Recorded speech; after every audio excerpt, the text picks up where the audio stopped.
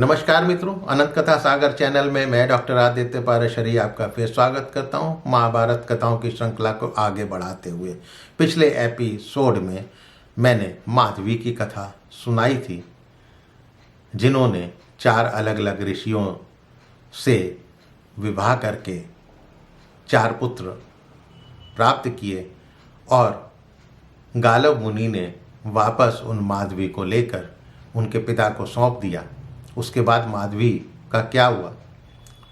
अब माधवी के वापस आने पर ययाति जो है दोबारा से माधवी के स्वयंवर का विचार करने लगे।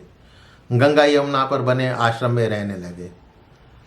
स्वयंवर में दूर दूर से राजा पधारे, जहाँ पे पुरु और यदु जो हैं अपनी माधवी को रथ पर बैठाकर आश्रम पहुँचे, परंतु माधवी ने तपोवन को ही वर के रूप में वर्ण किया और रथ से उतरकर वो तपोवन में चली गई और उसके बाद वहाँ पे तपस्या करने लगी।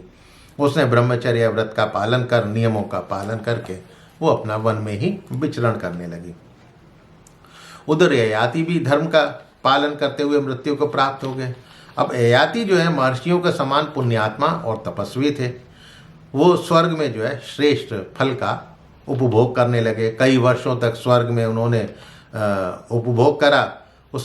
तब उनके मन में जो है अचानक स्वर्गीय अपना वैभव देखकर अभिमान जागृत हो गया, मोहित हो गए और अपने समीप बैठे हुए संपूर्ण देवताओं, मनुष्यों तथा अन्य महर्षियों की भी अवहेलना करने लगे। इंद्र को ययाति के इस भाव का पता लग गया। वो भी ययाति को धिक्कारने लगे। सभी पूछने लगे, ये है कौन?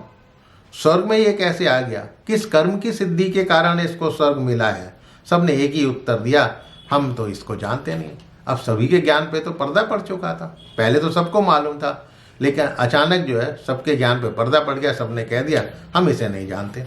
देखते देखते ययाति का तेज नष्ट हो गया और वो अपने सिंहासन से, यानी स्वर्ग में जो सिंहासन मिला हुआ था, उससे विचलित होकर घबरा गए।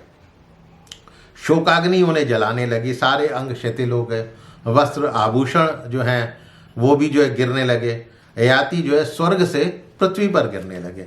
सोचने लगे कि भाई मैंने ऐसा कौन सा अशुभ चिंतन किया है। स्वर्ग से गिराने वाला कोई पुरुष जो है देवराज की आज्ञा से ययाति के पास आकर बोला, राजपुत्र तुम अत्यंत मदमत हो गए थे, अभिमानी हो गए थे, इसी कारण तुम अब यहाँ पर रहने योग्य नहीं हो और अपने स्थान से गिर रहे हो। तुम्हें यहाँ पे कोई नहीं जानता। अब जाओ, तुम पृथ्वी पर गिरो।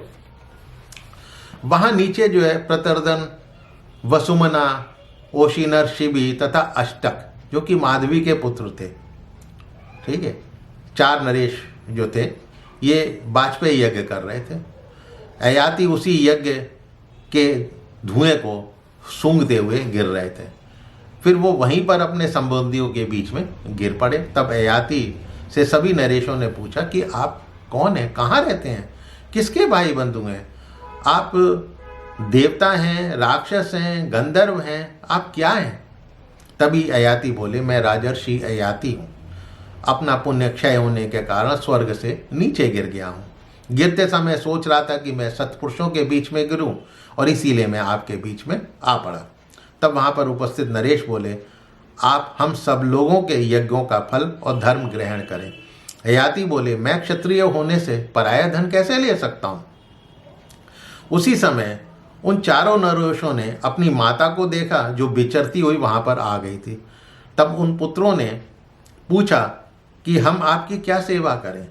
तब माधवी जो है ययाति के पास गई और प्रणाम कर अपने पिता से बोली, पिताजी, ये सभी यानी 4 ये आप ही के नाती हैं और मेरे पुत्र हैं, पराये नहीं हैं। ये आपको तार देंगे। मैं आपकी पुत्री माधवी हूँ जो तपोवन में रहती हूँ। मेरे धर्म का आधा भाग आप ग्रहण करें। फिर उन 4 पुत्रों ने अपने नाना को प्रणाम किया। तभी वहाँ पे गालव मुनि भी आ गए और ययाति से बोले, महाराज, मेरी तपस्या का 8वां भाग लेकर उसके बल से आप स्वर्गलोक फिर से पहुँचे। फिर वो स्वर्ग की तरफ उठने लगे।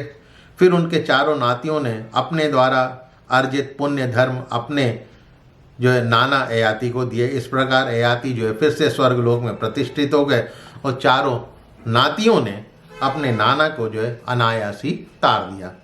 ययाति अपने नातियों को विदा करके स्वर्गलोक में जा पहुंचे तो ब्रह्मा जी उनसे बोले, राजन, तुमने लोक हितकारी सत्कर्मों से चारों चरणों से युक्त धर्म का संग्रह किया, इसीलिए तुम्हें स्वर्ग की प्राप्ति हुई है। फिर तुमने अभिमान पूर्ण बर्ताव से अपने पुण्य का नाश किया और तुम स्वर्ग से नीचे गिर पड़े। फिर तुम्हें तुम्हारे प्रेमी जन नातियों ने तुम्हें तार दिया और तुम वापस स्वर्ग में आ गए। अब अपने नातियों के कर्म से जीते हुए अविचल शाश्वत उत्तम ध्रुव तथा अविनाशी स्थान को तुम प्राप्त कर चुके हो। तब ययाति बोले, भगवान, मेरे मन में एक संदेह है जिसका निवारण अभी बाकी है और वो आप ही कर सकते हैं।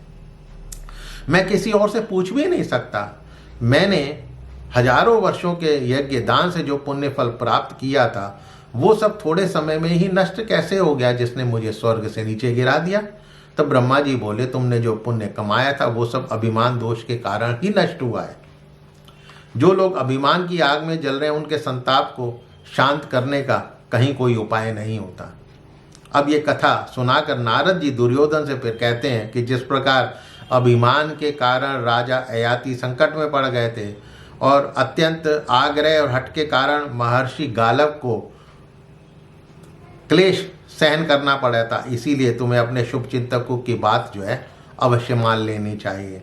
दुराग्रह या हट नहीं करना चाहिए क्योंकि यही तुम्हें विनाश की ओर ले जाने वाला है। इसीलिए तुम अपना हट त्याग कर आप पांडवों से संधि कर लो। अब वो संधि करते हैं या नहीं, चलिए अगले एपिसोड में देखते हैं। तो मित्रों, मेरे चैनल को सब्सक्राइब करना मत भूलिएगा और अपने इष्ट मित्रों से इसको शेयर अवश्य कीजिएगा।